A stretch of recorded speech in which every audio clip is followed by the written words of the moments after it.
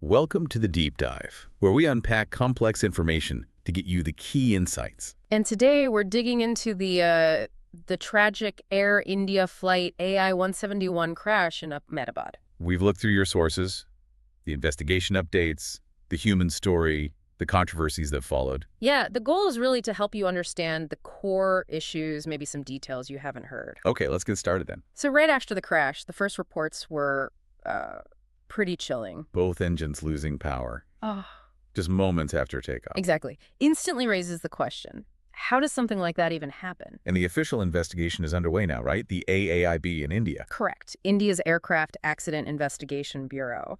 And they're looking at, well, basically everything. Like sabotage or Yeah. fuel problems. Yes, sabotage, fuel contamination, all possibilities are apparently on the table. They have to be methodical, rule things out. It's interesting, though, that Air India's own simulator tests seem to quickly rule out flap or gear issues. Yeah, that did come out fairly early. It suggests the pilots likely handled those procedures correctly. So it narrows the focus. It does. It pushes the focus onto other potential causes.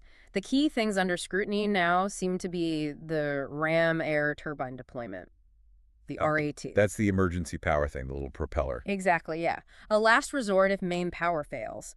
And, crucially, suspected dual engine failure. Okay, so how does that connect? Well, the preliminary findings, and this is still preliminary, mind you, they hint at a possible combined hydraulic and electrical failure. Wow, both systems. Potentially. A failure that could knock out both engines and even the emergency power systems. It points towards something quite complex, maybe systemic. That's the technical side. Mm. But the human cost, Yeah. it's just staggering. It really is. 260 lives lost, 241 people on the flight, and another 19 people on the ground. It's devastating. And the identification process has been incredibly difficult. They've identified 259 victims so far. So almost everyone accounted for. Yes, 256 remains returned to families.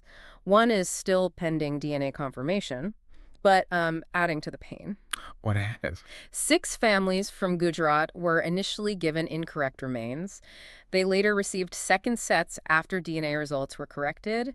Imagine the trauma. Oh, that's horrific. Unimaginable for those families. Yeah, a terrible mistake on top of the tragedy itself. And then there was the controversy surrounding compensation claims, too. Right. Several families alleged that Air India pressured them, made them fill out these really detailed financial questionnaires, Pressured how? allegedly implying compensation might be withheld if they didn't comply. Air India strongly denies this, says they were just processing payments. Where does that stand legally? Well, there's a UK-based lawyer involved who called the airline's alleged conduct ethically outrageous. He claims families were basically misled. So potential legal action. It seems likely, especially for UK-based victims' families. They might pursue claims against both Air India and Boeing under the Montreal Convention, possibly in UK or even US courts. That convention governs airline liability. Exactly. For international flights like this one. And there was that other detail, wasn't there? About the former Gujarat Chief Minister, Vijay Rupani. Yes, quite a poignant, almost eerie detail. He tragically died in the crash, but just 2 months before. He photographed in a Boeing cockpit. Yeah, during a university visit. A very sad coincidence that really stuck with people. So with all this swirling, the grief, the legal issues, what's the timeline for the actual investigation report?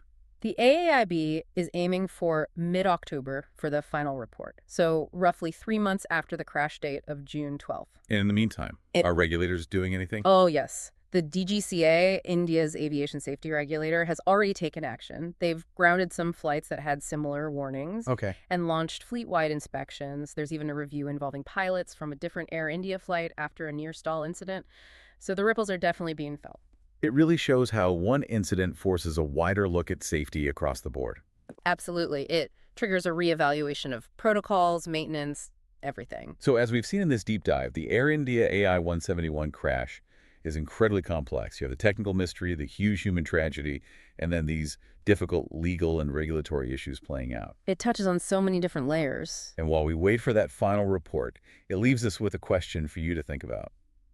Beyond the immediate headlines, what enduring lessons do incidents like this really teach us about aviation safety, about how airlines handle accountability, and maybe most importantly, how we support victims and their families through such immense loss?